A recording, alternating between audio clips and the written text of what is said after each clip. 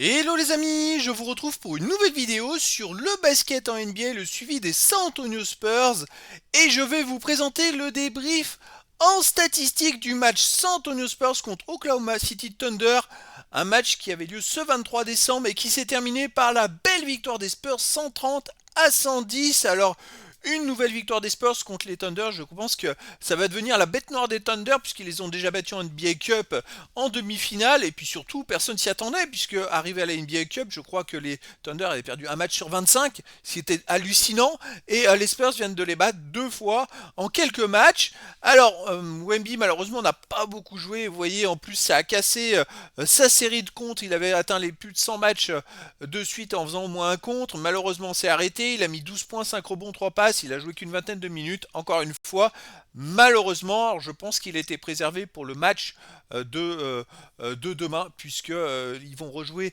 et cette fois, ça sera chez les Thunder, et ça sera à 20h30 heure française, les amis, un match à ne pas rater. Alors, comme d'habitude, dans cette vidéo, on va revenir sur les stats des équipes et des joueurs, sur le classement des Spurs dans la conférence Ouest, sur les stats de Wemby en détail sur ce match, sur ses moyennes en saison régulière, sur ses stats dans l'histoire de la NBA, dans l'histoire des San Antonio Spurs, et on terminera la vidéo par un focus sur la prochaine rencontre des Spurs, dont je vous ai déjà un peu vendu la mèche. Alors, une victoire 130 à 110, facile, hein. Franchement, quel beau match, quelle belle prestation collective de la part des Spurs. Premier carton gagné 31 à 29 pour les Spurs, plus 2. Deuxième carton gagné par Oklahoma 31 à 27, donc plus 2 à la mi-temps pour Oklahoma. Troisième carton 29-22 pour les Spurs, ce qui fait plus 7. Et dernier carton 43-28, ça a été un festival de la part des Spurs. Alors au niveau des statistiques, j'ai pas mis les pourcentages cette fois, mais vous voyez, les Spurs et les Thunder ont tourné à peu près au même pourcentage de tirs. Par contre, 16 sur 36 pour les Spurs et 12 sur 30 pour les Thunder à 3 points. Petit avantage pour les Spurs. Après les rebonds, les amis, 36 rebonds à 34 pour les Spurs. 34 passes décisives pour les Thunder, pardon, 34 passes décisives à 23 pour les Spurs, 9 ballons perdus pour les Spurs, mais 15 ballons perdus pour les Thunder, ça fait une grosse différence. Les Thunder n'ont fait qu'un contre, les Spurs en ont fait 3. Il y a eu un jeu, je dirais, plus rapide de la part des Spurs et beaucoup plus fort collectivement. Les Thunder s'en remettant à Gigius Alexander qui a mis 33 points, à 14 sur 22 au tir, il a été très très bon, mais les derrière ça n'a pas suivi avec 8 passes, 17 points pour Jalen Williams, puis sinon 15 points pour Dort et Shelton Grun, il a mis que 7 points. Bon, il a pas été bon hein, dans ce match-là, malheureusement pour lui. Sinon, on a quand même Hartenstein qui met 8 points et 12 rebonds, donc 5 rebonds offensifs. Donc voilà, c'est les stats des joueurs qui ressortent un peu du lot côté Thunder. Et côté des Spurs, là c'est autre chose. Stephen Castle, il met 24 points. Alors par contre, il fait que 3 passes, aucun rebond. Hein. Il n'y a pas d'autres stats. Et puis surtout, il fait 7 sur 12 au tir, 4 sur 6 à 3 points. Darren Fox, finalement, met que 6 points, mais les Spurs ils gagnent de 20 points avec un match sans de Darren Fox, un match où Wemby ne joue quasiment pas, mais c'est hallucinant collectivement tellement ils ont été forts. Devin Vassell 17 points, Harrison Barnes 20 points, on l'a retrouvé là, Luke Cornett 8 points, c'est ouais, rien à dire. Keldon Johnson en sortie de banc était fantastique, 25 points, 10 sur ses autres tirs, 5 sur 9 à 3 points, il était phénoménal. Julien de Champagny prend 10 rebonds, alors là qui l'eût cru en sortie de banc. Dylan Harper en sortie de banc, il met 4 points, mais 10 passes décisives, 5 interceptions, le petit jeune, le rookie. Franchement, rien à dire, les Spurs ont fait un match plein, ça fait plaisir. Allez, les classements, les amis de la conférence Ouest, les Spurs, bon, sont toujours deuxième. Ils grappillent, hein, parce que les Thunder, maintenant, c'est 26 victoires et 4 défaites. Les Spurs, 22 victoires, 7 défaites. Troisième, les Nuggets, 21 victoires, 8 défaites. Franchement, les Spurs, qui les aurait attendus à ce niveau-là, c'est assez fou. Alors Wemby dans ce match, bon il a joué que 23 minutes, il met 12 points, 5 sur 9 au tir, 1 sur 1 à 3 points, 1 sur 2 au lancer franc, il fait un meilleur match que Chet Holmgren, hein. Bien meilleur, 3 rebonds offensifs, 2 défensifs, 5 rebonds total, 3 passes décisives, 3 ballons perdus, 3 fautes, plus 13 quand il est sur le terrain. Bon, voilà, j'ai hâte de le revoir jouer un match plein où il rentrerait dès le début du match, où il marquerait, il y aura un impact. En même temps, le but c'est pas de le cramer en saison régulière.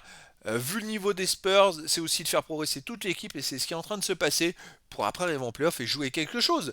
Et là, il y a vraiment quelque chose à jouer. C'est la première fois qu'on voit une telle progression des Spurs. Et puis, en plus, Jérémy Sohan n'a pas joué là, dans cette rencontre. Darren Fox a été un peu en dedans. Mais c'est fou. et ils ont explosé les Thunder parce que les autres à côté en sortie de banc ça carbure quoi. Vraiment, c'est énorme. Alors les moyennes de Wemby bah, elles vont beaucoup baisser là puisque ça fait 5 matchs de suite qu'il ne joue plus titulaire. 23,7, 11 rebonds 8. Bon, on va croiser les doigts pour qu'il puisse reprendre un peu plus de temps de jeu.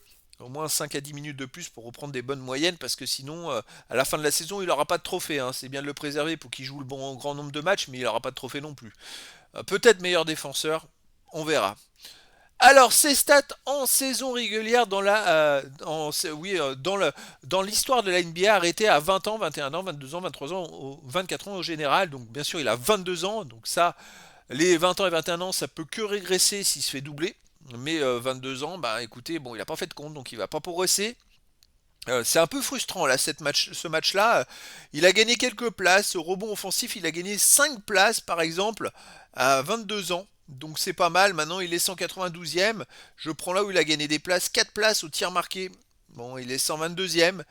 C'est un match moyen, on va dire. Une place en passe décisive, il est 167e. Et puis voilà, c'est pas terrible. On va voir pour la suite, mais c'est vrai que hâte de voir quand même la suite très vite, mais surtout un match où il peut vraiment jouer et montrer toutes ses qualités. Allez, dans l'histoire des San Antonio Spurs, bon bah il n'y a pas eu de place gagnée ou d'avancée première, parce que les stats du match sont pas très élevés, on va dire.